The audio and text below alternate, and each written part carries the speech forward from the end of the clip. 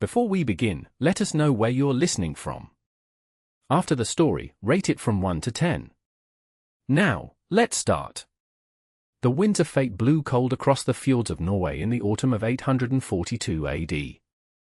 Birger Jarlson stood at the prow of his longship, the Fenrir's tooth *, his golden hair whipping around his face as he gazed toward the distant shore. Behind him, 30 warriors waited, their shields gleaming dully in the grey light, their axes and swords hungry for Saxon blood. The cursed Prince of Vestfold clutched the wolf head pendant at his throat, feeling the familiar ache in his chest, the mark of Odin's displeasure. "Land ahead, my prince," called Thorstein, his father's most trusted warrior. "The Saxon settlement lies just beyond that headland." Birger nodded but said nothing. Since his 16th summer, 8 long years ago, he had carried the curse, a strange affliction that left him breathless and weak whenever battle loomed near. Some whispered it was punishment for refusing to sacrifice a captured Christian priest, others said it was because he had offended Thor by questioning the gods. Whatever the cause, Birger had never won a true victory in battle, and his father, Jarl Halvar, had grown increasingly disappointed in his only son. This raid would change everything. It had to. The Saxon coast of Northumbria grew larger as they approached. Birger had chosen this target carefully, a prosperous trading settlement with limited defenses. His father had taken the main fleet farther south, leaving Birger to prove himself with a small force. If he failed again, Jarl Halvar had made it clear that his cousin Eirik would become heir to Vestfold. As they beached their ships, Birger felt the familiar tightness in his chest. He fought against it, gulping the cold sea air. "Form the shield wall," he commanded, his voice stronger than he felt. "We move quickly. Take what you can carry, gold, silver, and slaves. Kill any who resist." The men moved with practiced efficiency, forming their lines. Birger took his position at the center, his father's axe, an heirloom he had yet to prove worthy of, gripped tightly in his hands. They crested the ridge and saw the settlement below, smoke rising from cooking fires, people moving about their morning tasks, unaware of the doom that approached. Birger raised his axe to signal the charge when the pain in his chest flared so intensely he nearly dropped to his knees. "My prince." Thorstein looked at him with concern. "I am fine," Birger lied, straightening. "Odin watches. Let us wait." A voice spoke from behind them. The warriors turned, weapons at the ready. A slender figure stood on the path, wrapped in a grey cloak. When the hood fell back, Birger saw it was a woman, perhaps 20 summers old, with hair the color of dark copper and eyes as grey as the sea before a storm. She wore Saxon clothing, but around her neck hung a small hammer of Thor. "You should not be here, woman," Thorstein growled, stepping forward. "Return to your home before we decide to take you as well. If you attack now, you will all die," she said calmly, her Norse heavily accented but clear. "The settlement is protected by twice your number of trained warriors, hidden in the buildings, waiting. They knew of your coming." Birger frowned. "How would you know this? And why would you warn us?" "I am Catriona Aelfsdotter," she replied. "My mother was taken from these shores by Norse raiders 25 winters ago. My father kept her as his concubine, and I was born of their union. I see things that others cannot."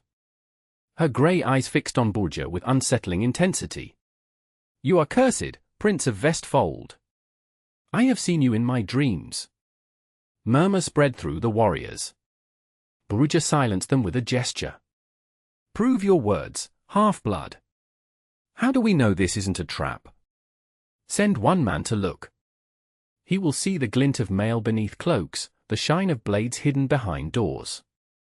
She pointed to a small path that wound around the settlement. "There is another place, 3 miles north along the coast. A church with great wealth and few defenders. Attack there instead, and you will find victory." Birger studied her face, searching for deceit. Finding none, he sent his stealthiest warrior to investigate her claims. When the man returned, his face was grim. "She speaks truth, my prince. The settlement bristles with hidden weapons. They prepare an ambush. The warriors looked to Birger, who felt the weight of their gaze. To retreat would shame him, but to lead them into certain defeat would be worse. He turned to Catriona. "Why help us, daughter of a Saxon? Your mother's people wait below. My mother's people cast her out when she returned with a half-Norse child. They called me demon spawn and witch. I owe them nothing." Her eyes burned with old pain. "And I have seen your fate, Birger Jarlson. It is tied to mine." Something in her word sent a shiver down Birger's spine that had nothing to do with his curse. "Very well. We go north." The warriors grumbled but followed as Birger led them along the coastal path, the Saxon woman walking beside him. With each step away from the ambush, the pain in his chest lessened. "Your curse," Catriona said softly, so only he could hear. "It protects you, not punishes you." Birger looked at her sharply. "What do you mean?" "The pain comes when death approaches. It is a warning, not a weakness." Before Birger could respond, they crested a hill and saw their new target, a stone church surrounded by a wooden palisade, with a small cluster of buildings nearby. As Catriona had promised, there were few signs of defense. This time, when Birger raised his axe, his chest remained free of pain. "For Odin," he cried, and the Vikings charged down the hill. The raid was swift and successful. The church's defenders fell quickly, and its treasures, golden crosses, silver chalices, and illuminated manuscripts, were seized. Birger himself led the assault, and for the first time in 8 years, he fought without weakness, his axe singing as it claimed Saxon lives. His men looked at him with newfound respect, and Birger felt a fierce joy flood through him. When it was done, they gathered their plunder and the few captives they had taken. Birger found Catriona waiting by the edge of the settlement, watching the proceedings with unreadable eyes. "Your vision proved true," he said, approaching her. "We have our victory." "The first of many," she replied. "If you heed my words." Birger studied her face. "You wish to come with us?" "I cannot stay. Those who survive will know of my betrayal." "And why would I take you? How do I know you won't betray us as easily?" "Because I have seen our paths, Prince Birger. They are bound together by the Norns." She stepped closer, her voice dropping. "I have seen you standing before your father's hall, victorious and beloved, with me at your side. I have seen the children we will bear. I have seen our deaths, many winters from now, grey-haired and content." Birger felt a strange stirring in his blood. "You claim much, Seer. Test me, then. In the next battle, I will show you where to strike and when to withdraw. Let my visions prove themselves." Something in her eyes, certainty, perhaps, or destiny, made Birger nod. "Very well. You may sail with us. But you will be watched closely." As they returned to the ships with their plunder, Thorstein approached cautiously. "The men whisper, 'My prince.' They say you have found your Hermingja, your luck spirit, in this Saxon witch." "She is half Norse," Birger corrected. "And she has proven her worth today. Your father will not approve of a foreign seer." "My father will approve of victory," Birger replied, watching as Catriona stepped onto the Fenrir's tooth *, her copper hair gleaming in the fading light. "And I intend to give him many." The autumn raids continued for 2 more weeks, and with each attack, Birger's legend grew. Guided by Catriona's visions, he led his warriors to wealthy targets with minimal defenses. When she warned of danger, they changed course, avoiding Saxon traps and ambushes. The Fenrir's tooth grew heavy with plunder, and Birger's curse seemed to have lifted entirely. But it was more than her visions that drew Birger to Catriona. In the quiet evenings, as the ships rocked gently at anchor in hidden coves, she would tell him of her life, raised between 2 worlds, belonging to neither. Her father had taught her Norse ways in secret, while publicly raising her as a Saxon. When he died, she had no protector, and the Christian priests had branded her a witch for her visions. "The gods speak to you," Birger told her one night as they sat apart from the others, watching the stars. "Odin grants them the sight. It is a gift, not a curse. Unlike your affliction, she asked, her grey eyes reflecting the firelight. Birger touched the wolf pendant at his throat. You said my pain warns of danger. Why would the All-Father curse me with such a gift? Perhaps he has marked you for something greater than mere raiding. Her fingers brushed his, sending warmth through his arm. Perhaps he wishes you to be wiser than other Jarls, to know when to fight and when to seek peace. A strange blessing for a Viking prince. Times are changing. The Christian God spreads his influence. The old ways weaken.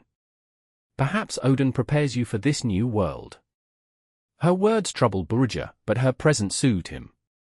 By the time they turned their ships homeward, the cursed prince had developed feelings for the half-Saxon Seer that went beyond gratitude for her visions. When they reached Vestfold, Jarl Halvar was already there, his own fleet having returned days earlier. Birger stood proudly before his father in the great hall, presenting the wealth his small band had acquired. The Jarl's eyes widened at the Christian treasures, the silver, and the fine cloths. You have done well, my son, he acknowledged, the first praise Birger had heard from his father's lips in many years. Perhaps you have overcome your weakness at last. I had help, father, Birger said, gesturing for Catriona to step forward. This is Catriona Aelfsdotter, daughter of a Norse father and Saxon mother. She has the sight and guided us to victory. Jarl Halvar's expression darkened as he examined the foreign woman. A Saxon seer? You credit your success to a witch. She is gifted by the gods, Birger insisted. Without her visions, we would have fallen into traps. Or perhaps your curse finally lifted because you found your courage, the Jarl countered. I will not have my son's newfound reputation tainted by whispers that he relies on foreign magic. Birger felt his temper rise. Her blood is as much Norse as Saxon. And I would have her honored for her service to us. The Jarl leaned forward, his voice dropping so only Birger could hear. You have feelings for this woman. I see it in your eyes. She has proven herself loyal and valuable. She is Saxon. The same people who slaughtered your uncle and cousins when they raided south 3 summers ago. Halvar's face hardened. She may stay until the winter passes, but come spring, she returns to her people or is sold as a thrall. You are a prince of Vestfold. Your bride must strengthen our alliances, not divide our people. Birger wanted to argue, but years of submission to his fathers will held his tongue. He bowed stiffly and retreated, leading Catriona away from the hall. He fears me, she said simply when they were alone. He fears what he does not understand. Birger paced in the small storehouse where she had been given a corner to sleep. He will change his mind when he sees your worth. Catriona shook her head. No. His heart is set against me. She touched Birger's arm. I have seen this too. The path ahead is difficult. What have you seen? He demanded. Strife. Pain. Her eyes grew distant. But also joy, if we are brave enough to grasp it. Birger took her hand, feeling the connection between them strengthen. I will find a way. I swear it by Odin's eye. That winter was the harshest in living memory. Snow piled higher than a man's head, and the fjord froze solid enough to walk across. Trapped in the settlement, the people of Vestfold turned to the great hall for entertainment and warmth. Each night, the skalds would sing of heroes and battles, and the warriors would boast of their deeds. Catriona remained apart, living in the storehouse, visited only by Birger and a few curious women who sought prophecies about their unborn children or absent husbands. As her reputation for accurate visions grew, so did the suspicion among the elders. When a child fell ill, whispers blamed the foreign seer. When a hunting party was lost in a blizzard, some suggested she had called the storm. Birger defended her fiercely, but he could feel the settlement turning against her. Even his mother, Hildi, who had initially shown kindness to Catriona, began to keep her distance. She brings discord, Hildi told her son one evening. Not by any evil intent, but by her very presence. You must see this. The discord comes from fear and ignorance, Birger argued. She has done nothing but help us. Your father seeks a bride for you, his mother said gently. Thorun, daughter of Jarl Sigurd.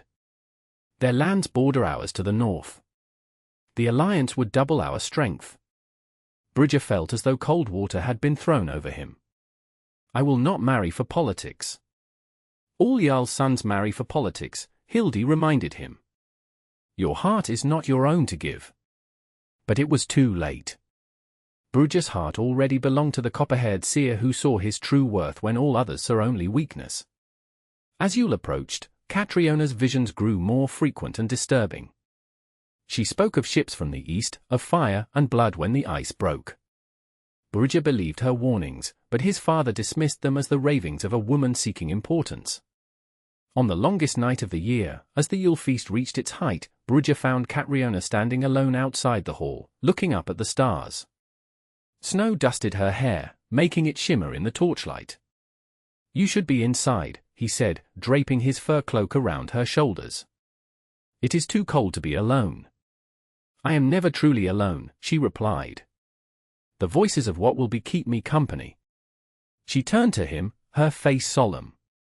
Your father has agreed to the marriage alliance. He will announce it tonight. Birger's jaw tightened. Then we must leave before he can. Leave. Her eyes widened. Where would we go? West.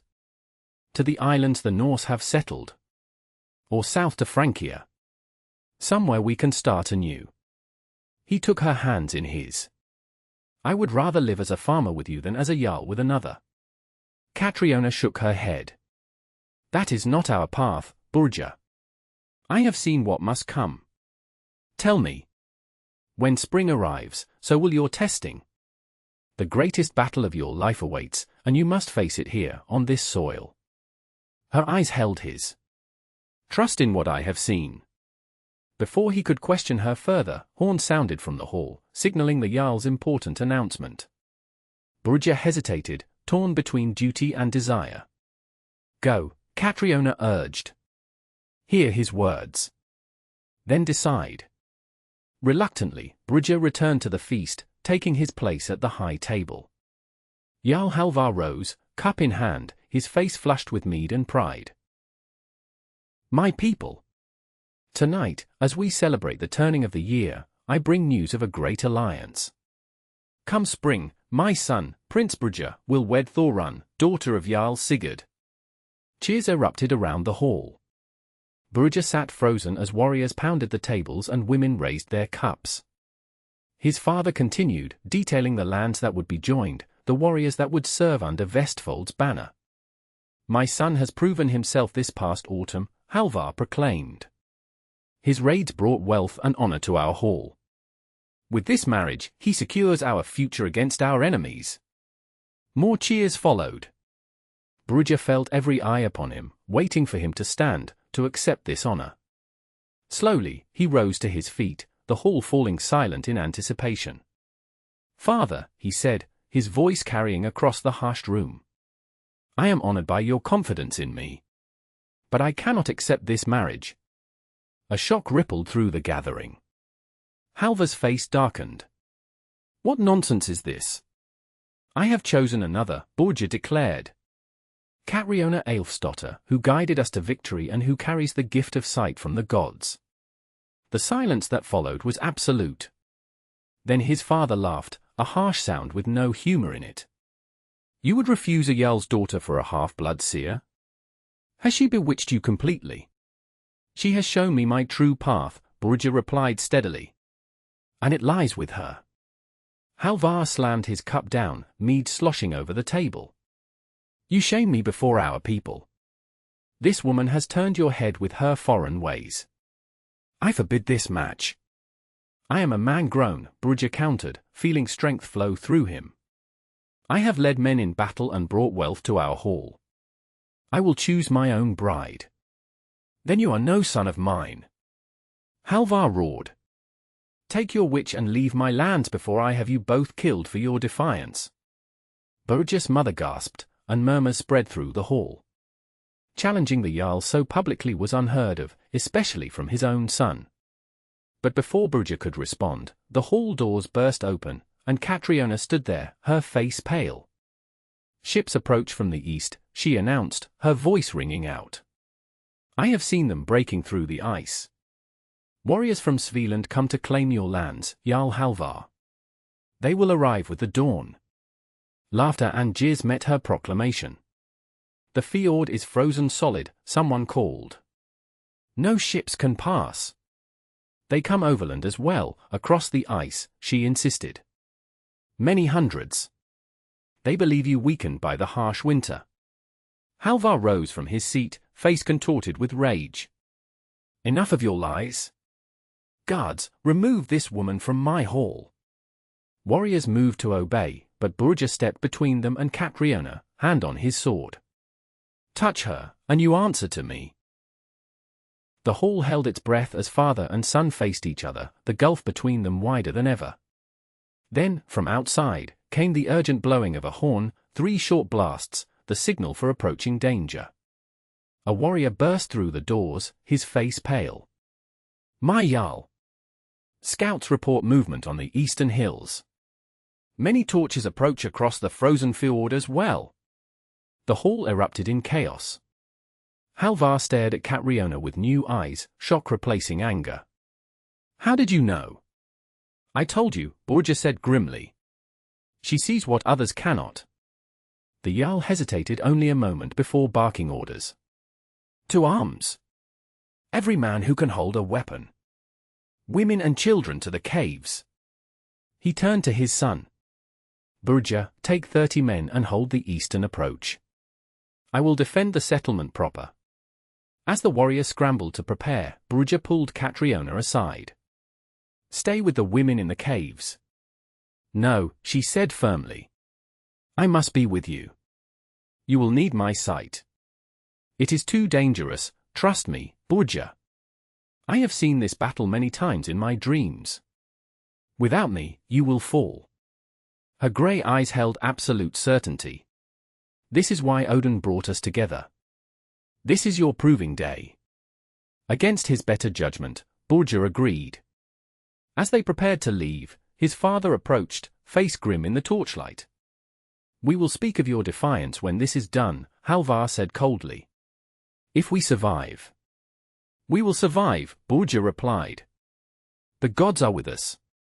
He touched the wolf pendant at his throat, feeling none of the familiar pain. Whatever came next, he would face it at full strength. The battle began at dawn. The attacking force from Svealand had indeed come both by land and across the frozen fjord, their numbers greater than Vestfold had faced in a generation. Birger's smaller force held the narrow path that wound through the eastern hills, using the terrain to counter their numerical disadvantage. Catriona stayed close behind the shield wall, calling out warnings and directions that proved uncannily accurate. Archers on the ridge, she would cry, moments before arrows rained down. They circle to your left, she warned, allowing Birger to shift his forces before they could be flanked. For hours, they held their position, though the enemy pressed hard against them. Birger fought like a man possessed, his father's axe rising and falling in deadly arcs, splitting shields and cleaving flesh. Each time he felt himself tiring, he would hear Catriona's voice, directing, encouraging, prophesying victory. By midday, the attackers had suffered heavy losses but showed no signs of retreating. Birger's men were exhausted, their shield wall beginning to falter. Then came the worst news, a messenger from the settlement, breathless and bloody. My prince! Your father is hard-pressed. They broke through the western defense. He calls for reinforcement. Birger looked at his own dwindling force, then at the enemy still massing before them. If we leave this position, they will overwhelm the settlement from this direction. You must go, Catriona said, her face streaked with dirt and blood not her own. I have seen it. Take half your men. The rest can hold here long enough. How can you be sure? Because I will stand with them. Her eyes blazed with determination. I can guide their defense. Trust me, Birger.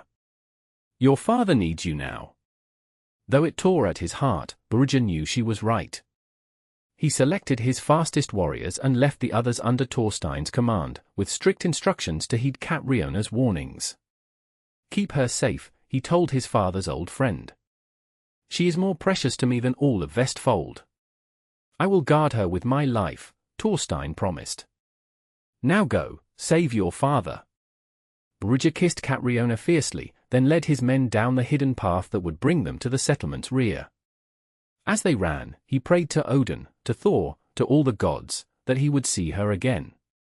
They arrived at the settlement to find it in chaos. The attackers had breached the palisade in 2 places and were fighting their way toward the Great Hall.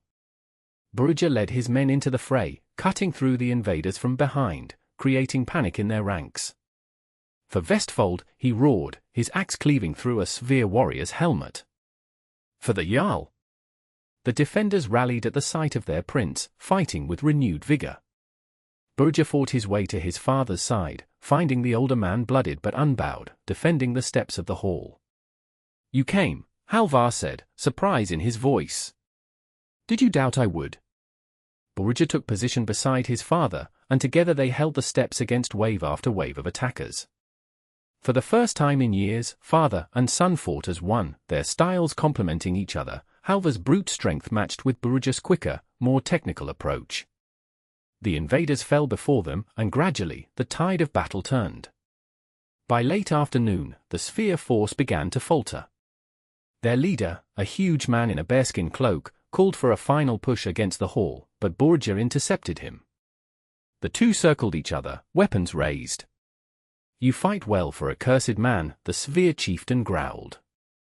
Birger frowned. How do you know of my curse?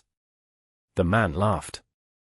All the North knows of Jarl Halvar's weakling son, who faints at the sight of blood. We thought Vestfold right for taking with such an heir. Then you were mistaken, Birger replied, feeling no hint of his old affliction. The curse is broken. They clashed in a flurry of strikes, axe against sword, shield against shield. The Seer chieftain was stronger, but Birger was faster, ducking beneath a wild swing to bury his axe in the man's side. The chieftain roared in pain and lashed out, catching Birger's shoulder with his blade. Blood flowed, but Birger felt no weakness, no pain except from the wound itself. With newfound confidence, he pressed his attack, driving the larger man back step by step. With a final, desperate lunge, Birger swung his axe in a glittering arc that caught the chieftain across the throat. Blood sprayed in a crimson fan as the man fell. Seeing their leader fall, the remaining attackers lost heart. Some fled, others surrendered, throwing down their weapons. Birger stood victorious, his father's axe red to the haft. Halvar approached, his own weapon lowered. You have saved Vestfold this day, he said, his voice rough with emotion. And proven yourself a true son of my blood.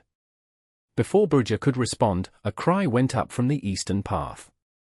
Riders approached, Thorstein and the surviving warriors from the eastern defense. Birger's heart leapt, searching for Catriona among them.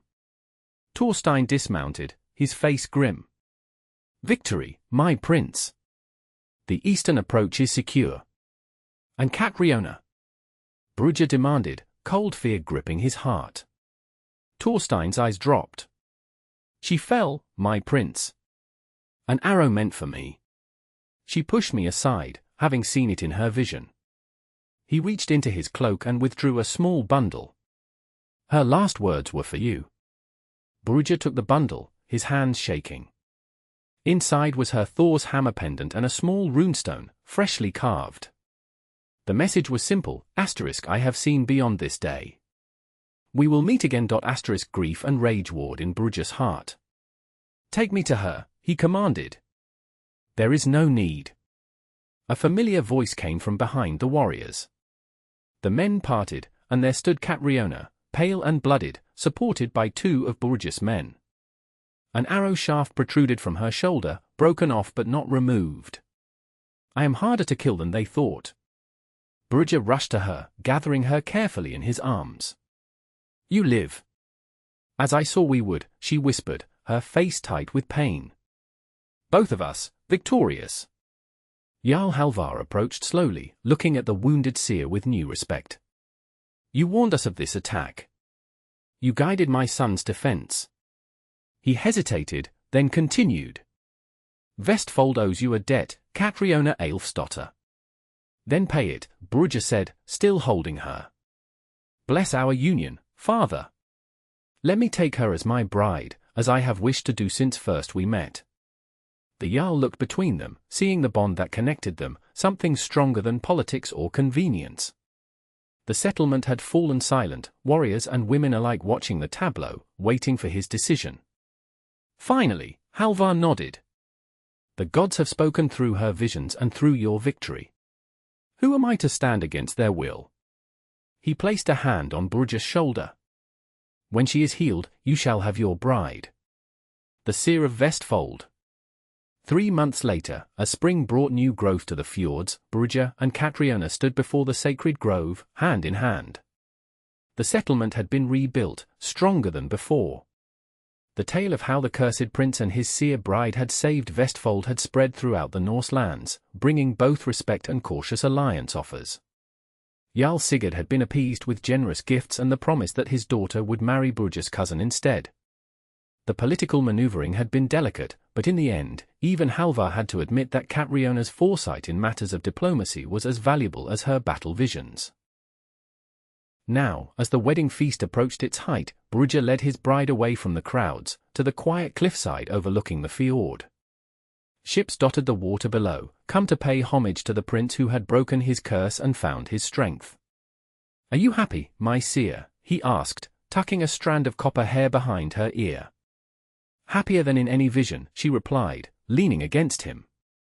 "Though there are still challenges ahead." "Tell me."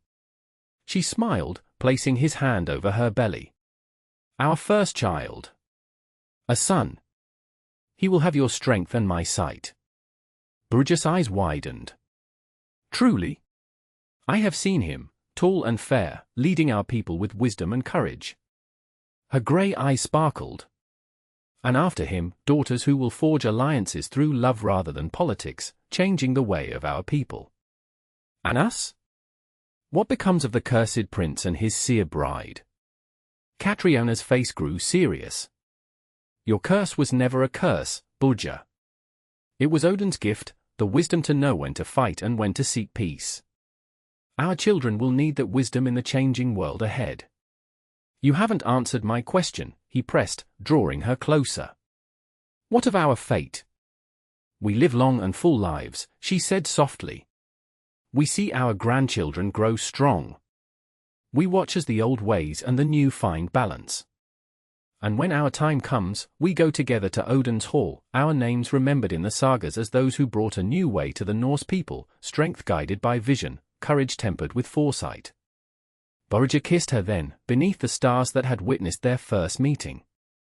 The wolf pendant at his throat no longer brought pain but served as a reminder of the path that had brought them together, a path woven by the Norns themselves, binding the cursed prince to his seer bride until the end of their days. On the distant horizon, ships from a new trading partner approached, bringing wealth and opportunity rather than war. Such was the legacy they would build together, a future seen not through the edge of an axe, but through the eyes of a seer who had crossed the boundaries of blood and culture to find her destiny in the arms of a prince who had once been cursed.